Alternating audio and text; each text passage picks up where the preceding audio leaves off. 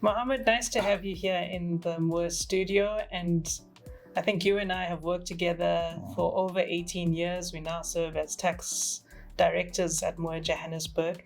And over the years, we have seen some really interesting amendments to the Tax Act, including SARS's increased focus on disclosure on the tax returns. One of these disclosure requirements has been in place since 2024, and that is the disclosure of ultimate beneficial owners of a company. So shall we do a quick dive into what all of this entails? Firstly, what are beneficial owners of a company? Hi, Lynn, and thanks for having me. So the most common, what we refer to as the ultimate beneficial owner, or what they refer to as UBOs, the most common of those refers to a natural person who is ultimately responsible for or who owns or has control over a company. That's what we would refer to as a UBO. Great. And why do companies need to disclose beneficial ownership to SARS? Yeah, so if you recall, in Feb of 2023, South Africa was placed on a grey list of what they refer to as the Financial Action Task Force, or what is known as the FATF. And the FATF identified 22 action items that was needed to be addressed by South Africa. And SARS, together with the CIPC, as organs of state, introduced certain disclosure requirements in order to strengthen South Africa's position in terms of the FATF regulations. Thank you. What details are required in order to disclose this information to SARS? Okay, so as we mentioned, the focus here are on natural persons that have the ultimate benefit from the companies, right?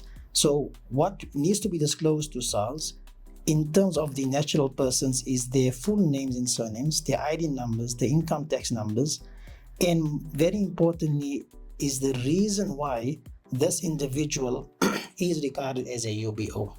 Okay. So then, with all of this information, when, where, and how is this information actually disclosed to SARS? Good point. And so the disclosure of this to SARS is done through the submission of the income tax return of the entity. Okay. So as you know, every company has to submit an annual return, annual tax return, and on that form, which we refer to as the ITR 14 form, there is a requirement now to disclose the UBO details of the entity.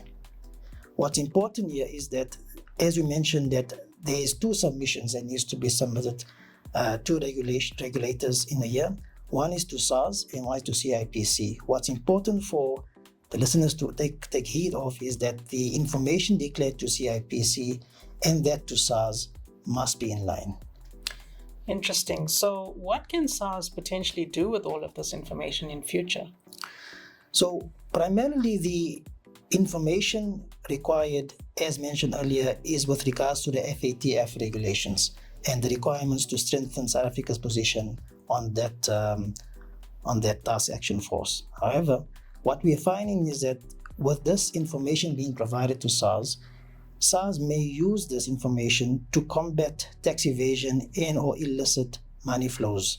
SARS can also use the information as part of its information gathering processes to link the beneficial owner of one company to various other companies or other entities locally or internationally.